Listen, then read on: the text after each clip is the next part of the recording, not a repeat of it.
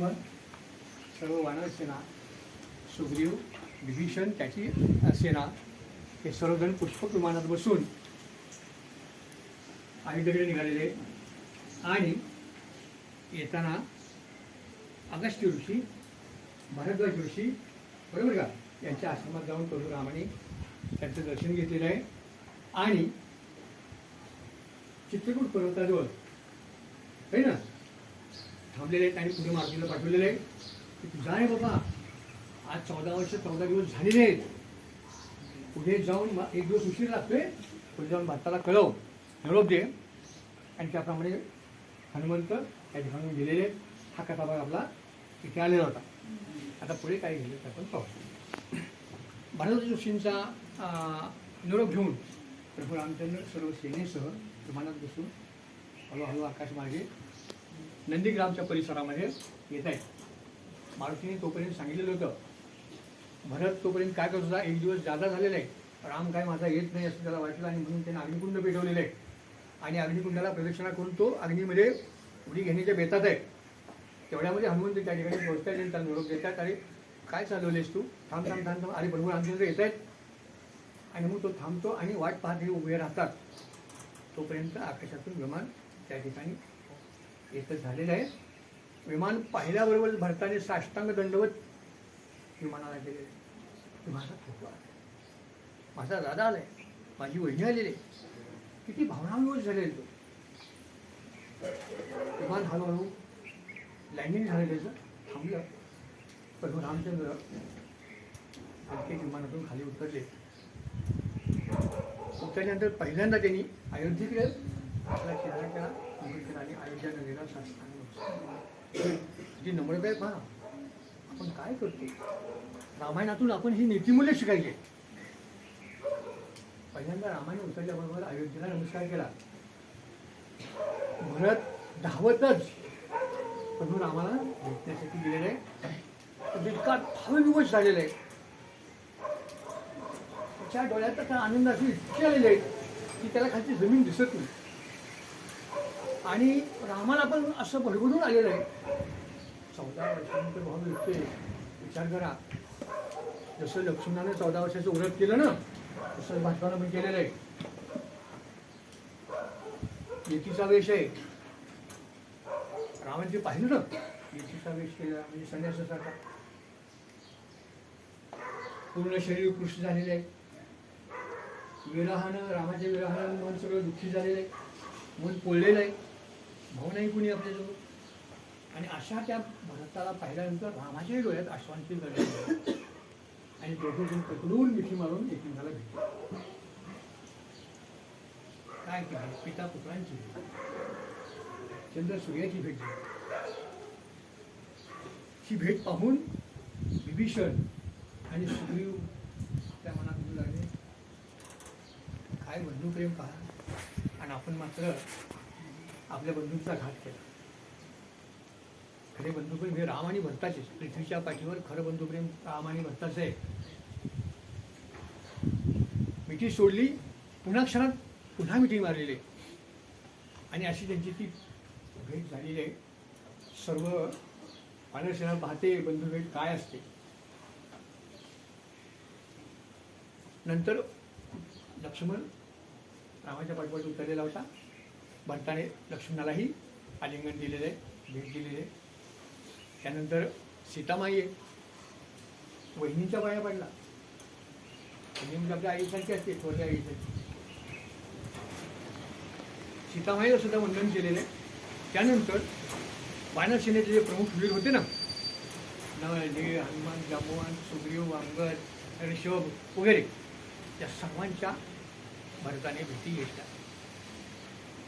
सर्वांना आलिंगन दिलं प्रेमाने आणि शत्रुघ्नाजवळ निरोप दिला. जायचं ताबडतोब अयोध्येमध्ये जायचं आणि वाटा पिटवायची की प्रभू राम 14 वर्षाचा वनवास भोगून काय झाले आलेले आहेत, नंदीग्रामामध्ये आलेले आहेत. हा आनंदच होता ना. ताबडतोब भरत नंदीग्रामातून अयोध्येमध्ये गेलेला आहे. अयोध्येमध्ये ही वार्ता कळल्यानंतर काय जनतेला इथला आनंद झाला.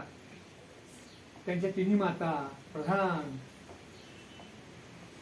खूपच हसून जणू आनंदाला पूरच आला होता अयोध्येमध्ये. गेलेलं सगळं वैभव आणि गेलेलं सगळं सुख पुन्हा अयोध्येमध्ये येऊ पाहत आहे. मग त्या तिन्ही माता, वशिष्ठ ऋषी, सुमंत प्रधान है ना, आपापले रथ सजवून निघते झालेले नंदीग्रामला यायला. त्यांच्याबरोबर हजारो पौरजन त्या ठिकाणी गर्दी करून प्रभू रामाचं दर्शन घेण्यासाठी,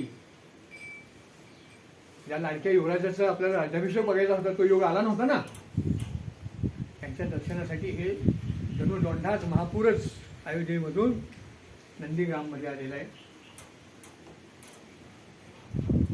रामसेनेने, रामसेना म्हटले म्हणजे अयोध्येतली वीरांनी, अयोध्येतल्या सेनेनी या सर्व वानरी वीरांची स्वतंत्राची शिबिरीने तयार केली.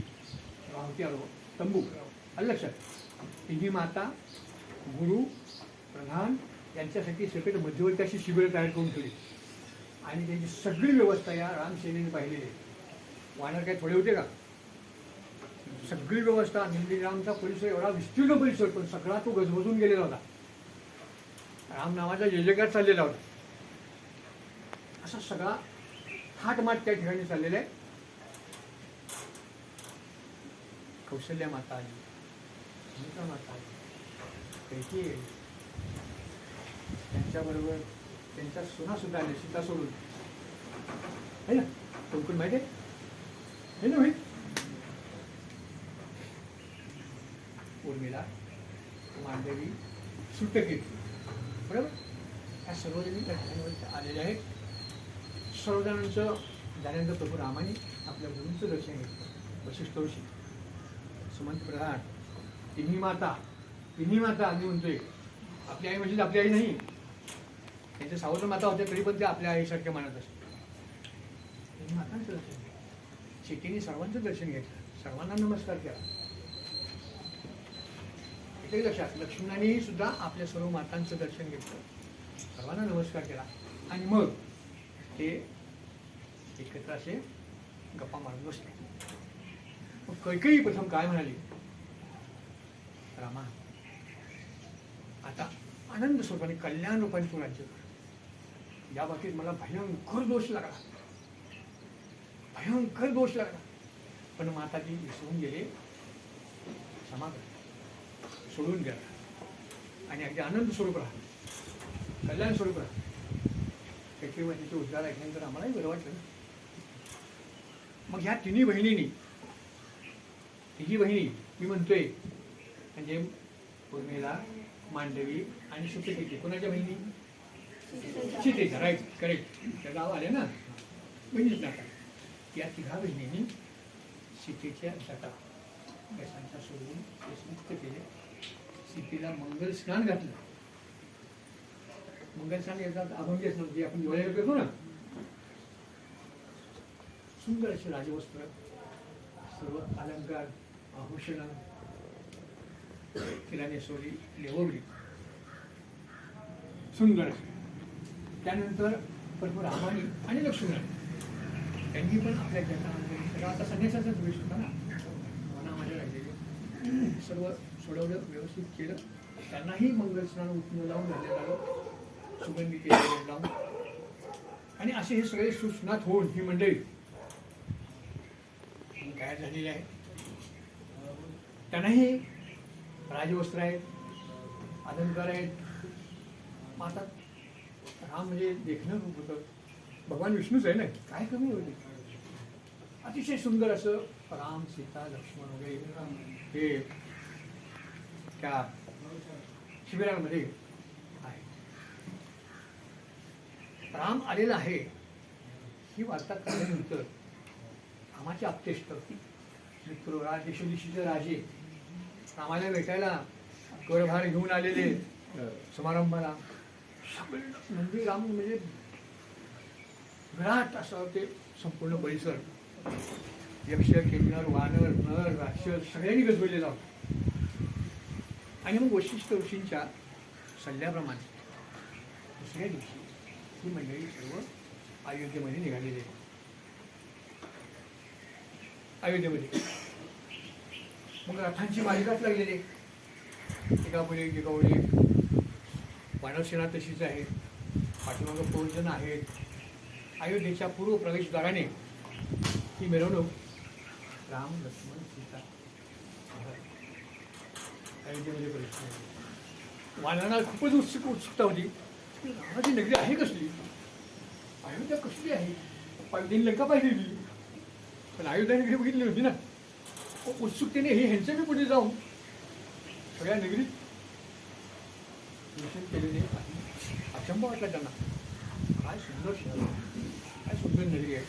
आणि अशी रामाची भव्य अशी मिरवणूक त्या अयोध्या नगरीतून निघालेले मंगलवाद्य वाजत आहे. रात्रंदिवस मंगलध्वनी चालू होता. संपूर्ण नगरातून रामरथाची जी मिरवणूक झाली. नंतर प्रभू राम, लक्ष्मण, भरत, शत्रुघ्न आपल्या अंतर्घरात गेले. त्यांची राहिली ठिकाण होतं राजवाडा राहायचा. गेल्यानंतर त्यांनी पहिल्यांदा, आता आपल्या साऱ्या घराचं वर्णन करतो मी. आपल्या घरात देवघर असतो. देवघर कुठलं आले आपल्याला, देवारा असतो असा आहे ना.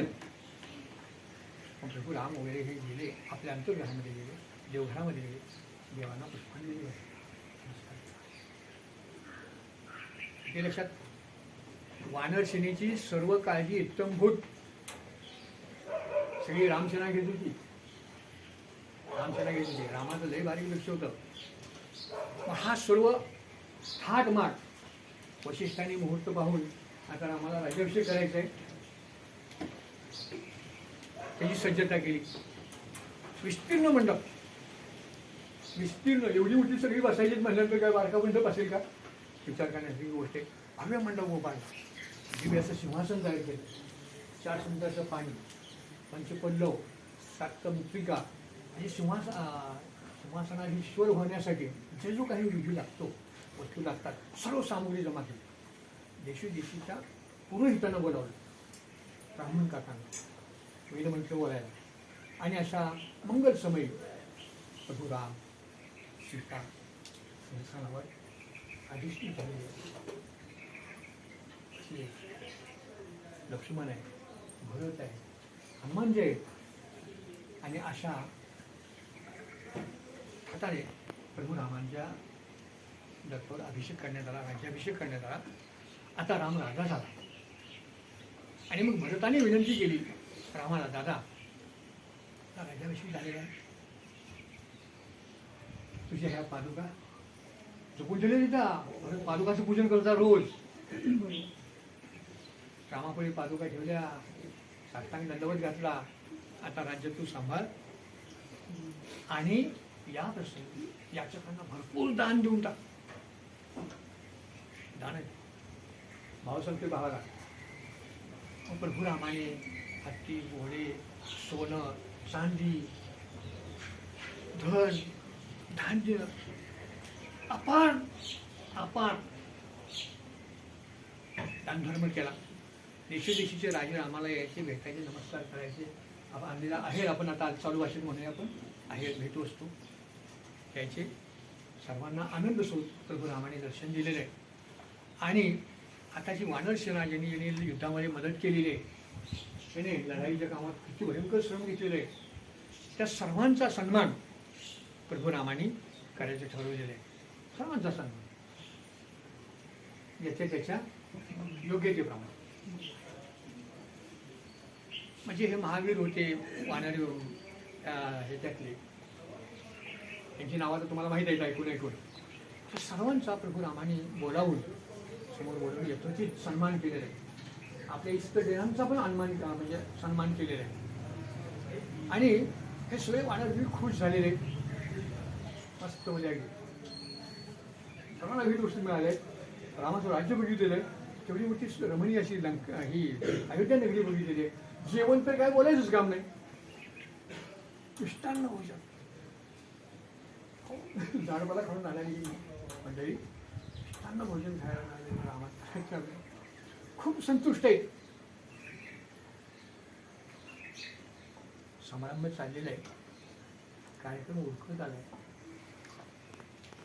सगळे वानरवीर रामाकडे पाहताय. याने कुतूहलाने आपल्या सर्वांचा सन्मान झाला. मारुतीचं काय नाव कुठे येईन रे. मारुती तर महापराक्रम, त्यानं तर सगळं भयंकर श्रम घेतलेले आणि मारुती काय सन्मानासाठी बोलवत नाही. सीतामाईला पण आश्चर्य वाटलं.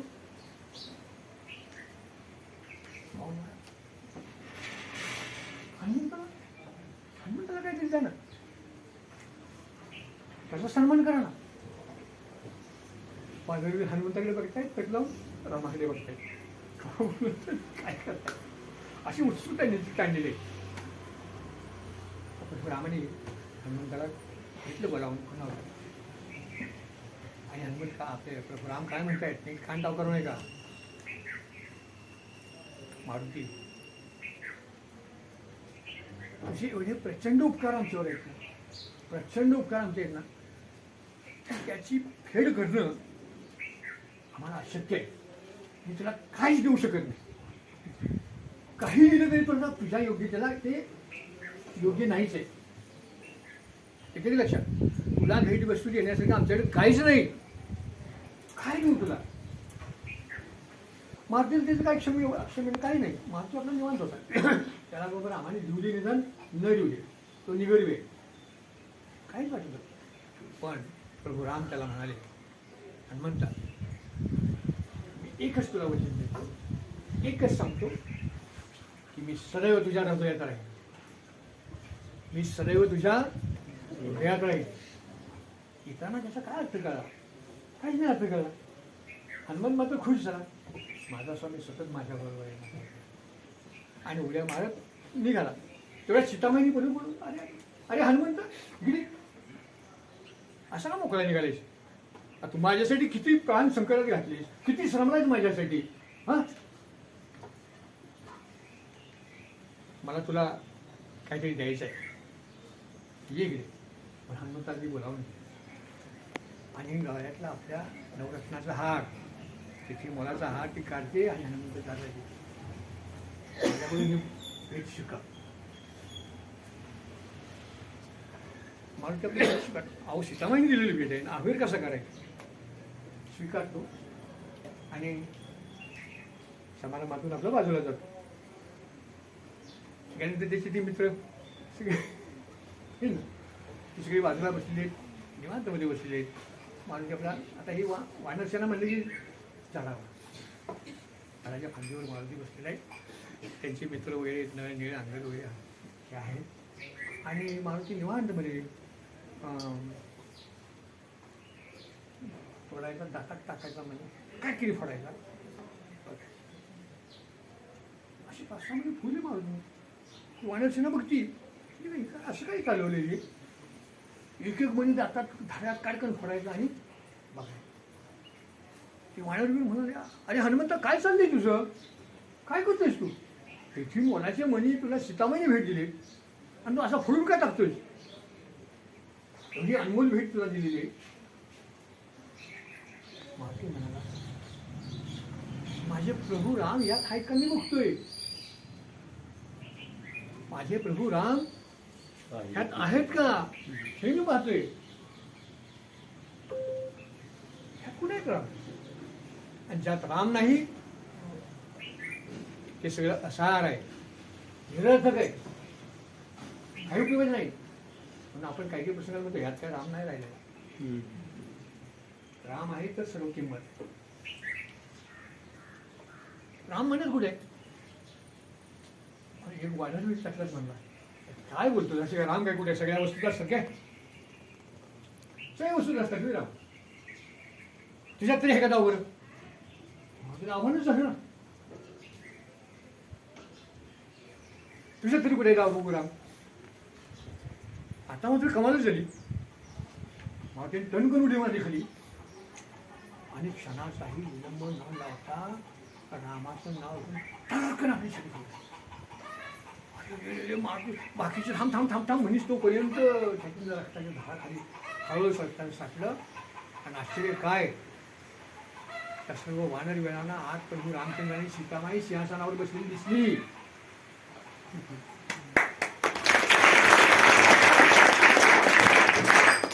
अपूर्व भेट प्रभू रामाने जर दिलेली आहे. रामाला ही वार्ता कळली, लगेच रामाने अरे अरे अरे हनुमंता हे काही चालवलीस तू, बंद कर. राम आज्ञेने ताबडतोब हनुमंताने आपली बंद केली. ही अपूर्व भेट रामाने चाललेली आहे. आपण त्याचा अर्थ करा नाही, सामान्य जनाला काय अर्थ करतो. आणि म्हणून म्हटलं जातं तिथं रामकथा आहे ते हनुमंत आहे, तिथं राम नाम आहे तिथे हनुमंत आहे. हनुमंताशिवाय राम नाही आणि रामाशिवाय हनुमान नाही. हे विष्णू आणि शिव हे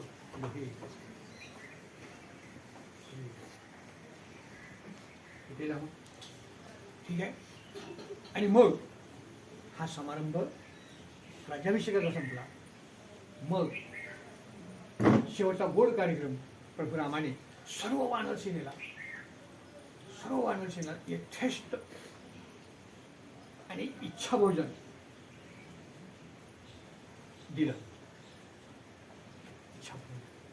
आणि मग सर्वांना निरोप दिला. आता तुम्ही आपापल्या ठिकाणी जाऊ शकता. विभीषणाला आणि सुग्रीवाला मात्र रामाने सोडलं नाही. 1 महिनाभर आपल्याजवळ ठेवून घे. 1 महिनाभर आणि मग त्यांना त्यांच्या सन्मानाप्रमाणे निरोप दिला. मुलांना सांगायचं तात्पर्य एवढं आहे की मगाशी बोललो की रामनाम चालताना काय म्हणून म्हणतात, कायम अगदी अधोरेखित आहे. रामाशिवाय रामायण नाही आणि हनुमंताशिवाय सुद्धा रामायण नाही. आणि म्हणून जय श्रीराम त्याच्याबरोबर जय हनुमान.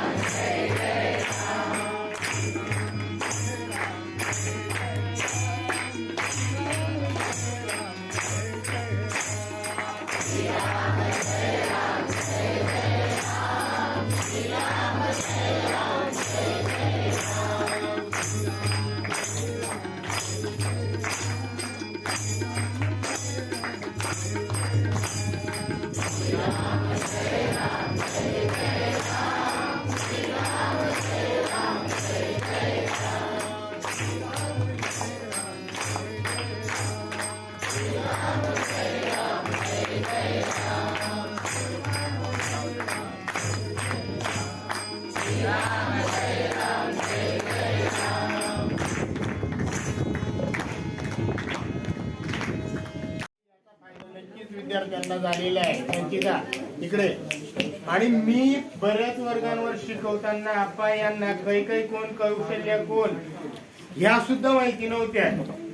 रामाची आई कोण, लक्ष्मणाची आई कोण, भरतची शत्रुघ्नाची आई नेमकी कोण, उर्मिला कोण वगैरे काही ते नल नील जामवंत वगैरे हे तर लांबच राहिले, अंगद वगैरे लांबच राहिले. वाली कोण, बाली कोण, सुग्रीव कोण, ही विभीषण वगैरे हे सुद्धा माहिती नव्हते. हे तुम्हाला मान्य करावं लागेल. बऱ्याच वर्गांवर मी गेलो, पण वेदिका प्रकाश माडिक म्हणून आपला अनुजा प्रकाश माडिक म्हणून मागच्या बॅचची विद्यार्थी होती. तेवढी एकटी पोरगी मला महाभारतातल्या गोष्टी सांगायची आणि रामायणातल्या सुद्धा. तर त्या पोरीची वेदिका नववीला आहे, तिचीच बहीण होती ती. हो, हिला पण बऱ्यापैकी रामायणातल्या गोष्टी माहिती आहे. म्हणून मी असं तुम्हाला सांगतो, रामायण माहिती करून या. आपल्या मुखात आपण शेवट जातो तोपर्यंत सुद्धा राम नाम सत्य हे म्हणतच जातो. आणि म्हणून ध्यानात ठेवायचं, रामायण जर तुम्ही विसरलात ना तर तुमची संस्कृती संपते. म्हणून आता बऱ्याच लोकांनी विद्यार्थ्यांनी आभार आभार आपांचं म्हणलं, मी पण मानेल, परंतु मी आपांच्या स्वभावानुसार एकच म्हणेल, तुका म्हणे जे आपणाशी ठावे ते दुसऱ्याशी सांगावे. आणि दिले घेतल्यानं काय ज्ञान वाढत असतं या कृतीनं. एकच म्हणेल जगाचं पालनहारी विष्णू भगवानला मानलं जातं. फक्त सकाळी उठताना एकच करा, करागर वसते लक्ष्मी कर मूल्य सरस्वती, कर मध्ये तू गोविंद प्रभाते कर दर्शनम, समुद्र वसने देवी पर्वस्थान मंडले, विष्णू पत्नी नमस्तुभ्यम पदस्पर्श शमशमे. या श्लोकाचा जरी वापर केला ना, भूमातेला पाय लावताना क्षमा मागितली ना, तरी तुमचा दिवस अतिशय चांगला जाईल. एवढं बोलून मी थांबतो. आपल्या आप्पा गुरुजींचे आभार मानते, कारण त्यांनी आपल्यापर्यंत रामकथा पोहोचवण्याचा खूप चांगला प्रयत्न केला आहे. आम्ही रामकथेतून खूप काही शिकलो. रामकथेतील प्रभू रामांचे खूप सारे गुण आम्हाला आवडले. आप्पा गुरुजींनी आपल्याला जवळजवळ 2 महिने ही रामकथा सांगितली, त्याबद्दल मी त्यांचे खूप मनापासून आभार मानते. नमस्कार. खरं तर आपण आज या ठिकाणी जमलो आहोत कारण आज कथेचा शेवट झाला. गेले 1.5 महिने आप्पा गुरुजींनी आपल्याला रामकथा सांगितल्या आणि योग्य मार्गदर्शन केले, त्याबद्दल मी त्यांचे मनापासून आभार मानते. मी या रामकथेतून आपली संस्कृती, संयम कसा ठेवायचा आणि इतिहासाबद्दल माहिती घेतली. त्याचबरोबर आपल्या गुरूंची आज्ञा ही नेहमी आपल्यासाठी योग्यच असते हेही शिकले. खरं तर या कथेमुळे माझा खूप बदल झाला आहे आणि इथे बसलेल्या प्रत्येक विद्यार्थ्यांनी स्वतःत बदल घडवून घ्यावा अशी माझी विनंती आहे, कारण हेच आप्पा गुरुजींची गुरुदक्षिणा असेल. एवढे बोलून मी माझे 4 शब्द संपवते आणि पुनश्च एकदा आप्पा गुरुजींचे मनापासून आभार मानते. धन्यवाद. 2 महिने आपल्याला रामकथा सांगितली व त्या रामकथेतून आपण खूप काही शिकलो.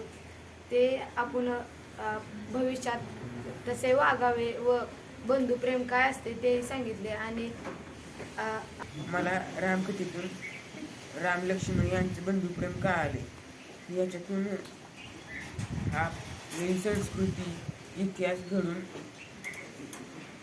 इतिहास का आले. आज आपल्या विद्यालयात रामकथेचा अंतिम टप्पा संपन्न झाला. आप्पांनी त्यांचा वेळ काढून आपल्याला रामकथा सांगितली, त्याबद्दल त्यांचे आभार. भरत, लक्ष्मण आणि राम यांच्यातील बंधुप्रेम कळाले. हनुमंताची भक्ती कळाली. राम हे एकवचनी होते. त्यांनी एकदा दिलेले वचन ते परत माघारी घेत नव्हते. रामकथा संपन्न सोहळा कार्यक्रम आयोजित केला आहे. तर आप्पांनी आपल्याला 2 महिने रामकथा सांगितली आणि आपल्याला त्यातून आपली संस्कृती, संस्कार कसे असावेत हे समजले. त्यांनी आपल्याला राम आणि भरत यांच्यातील बंधुप्रेम कसे आहे आणि आपल्यातील बंधुप्रेम कसे आहे यातील भेद सांगितले. मी आता 10वीची विद्यार्थिनी प्राची. रामायणात मुख्य हनुमान हा स्वामी भक्त होता. भक्ती कशी केली पाहिजे हे हनुमानाकडून शिकले पाहिजे आपल्याला. राम व लक्ष्मण यांच्यातले बंधुप्रेमही आपल्याला यातून कळाले. आपल्या अपशब्दांचा आपल्याला दुष्परिणाम भोगावा लागतो हेही आपल्याला यातून कळाले. आप्पा गुरुजींनी आपल्याला खरं तर खूप छान पद्धतीने रामायण कथा सांगितली.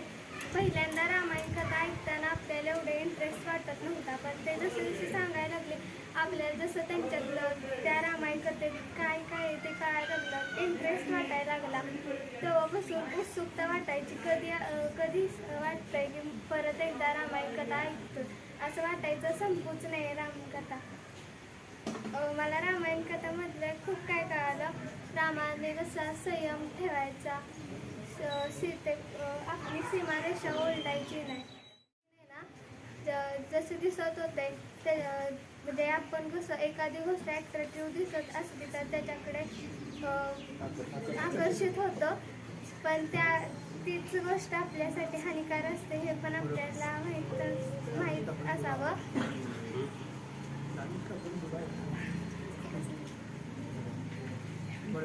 हनुमानासारखी भक्ती करावी.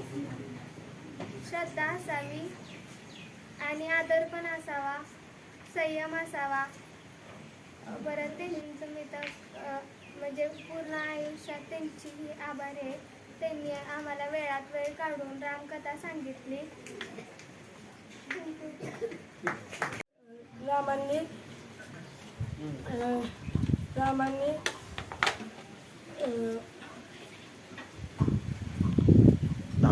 धाडस करून त्यांना मारले.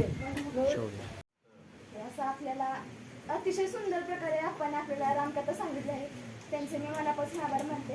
आम्ही गावी वारकरी संप्रदायाचा जो आत्मा आहे भजन, ते भजन आणि भजनी मंडळ टिकून राहिलेलं आहे. आप्पा गुरुजी, नाना, मुख्याध्याप पवार सर आणि तुम्ही सर्व स्टाफ आज स्वयंपाकासाठी ज्यांनी मदत केली, सिराजभाई, प्राथमिक शिक्षकाची नोकरी करत असताना सुद्धा शिक्षकी पेशा हे व्रत आहे. ज्यांना पैसा कमवायचा आहे त्यांनी ह्या पेशामध्ये काम करू नये असं प्राध्यापक प्रधान सर, मी आझाद कॉलेजचा विद्यार्थी प्रतिनिधी असताना त्यांना एका कार्यक्रमाला गॅदरिंगला मी चीफ गेस्ट म्हणून त्यांना आणलेलं होतं. तेव्हा त्यांनी सांगितलं की शिक्षक पेशा हा व्यवसाय नाही तर ते व्रत आहे आणि ते व्रत समजून आयुष्यभर आप्पांनी शिक्षण क्षेत्राची आणि शिक्षण क्षेत्राचा केंद्रबिंदू असणारा जो विद्यार्थी आहे त्या विद्यार्थ्यांची सेवा केलेली आहे. अत्यंत प्रामाणिक व्रतस्थ जीवन जगत असताना हे व्रतस्थ जीवन असं सहजासहजी प्राप्त होत नाही. त्याला साधना असावी लागते, तपश्चर्या असावी लागते, ज्ञानाला भक्तीची जोड असावी लागते की ज्ञान आणि भक्ती यांचा सुरेख संगम आप्पांच्या व्यक्तिमत्वामध्ये, त्यांच्या जीवनामध्ये झालेला आहे. रामायण हे उत्कृष्ट उदाहरण आहे नीतिमूल्य जीवन जगण्याचं. आणि म्हणून मी तुम्हाला सांगण्याचा प्रयत्न केला, प्रत्येक कथेतून रामायच्या सर्व रामायणातील व्यक्तिमत्वावरून आपल्याला खूप काही शिकण्यासारखं आहे. चांगलं काय आहे आणि वाईट काय. ते रामायण आपल्याला कसं वागावं हे शिकवतं आणि हा आपल्यात आपण बदल करून घ्यायचा आहे. आता सांगितलं पाठीमागे मी रामकथेमध्ये सांगत होतो, नुसता एकदा राम म्हणला, 2 वेळा म्हटल्यावर रामनाम म्हटल्यावर एक जपमा तयार होतो. पुण्याचा माझा असं सांगायचं आहे, पोलीस माणसं एकमेकाला भेटली की रामराम म्हणत ही नाही ना, कळत न कळत आपल्या हातून ही भक्ती घडत जाते. पुण्याचा साधा होत जातो आणि त्याचा लाभ आपल्याला पुढे होत जातो. आता जो सत्कार केला ना, प्लीज आभार परत प्रभू रामाचा सत्कार आहे. आपला प्रेम तुम्हाला सादर करतो.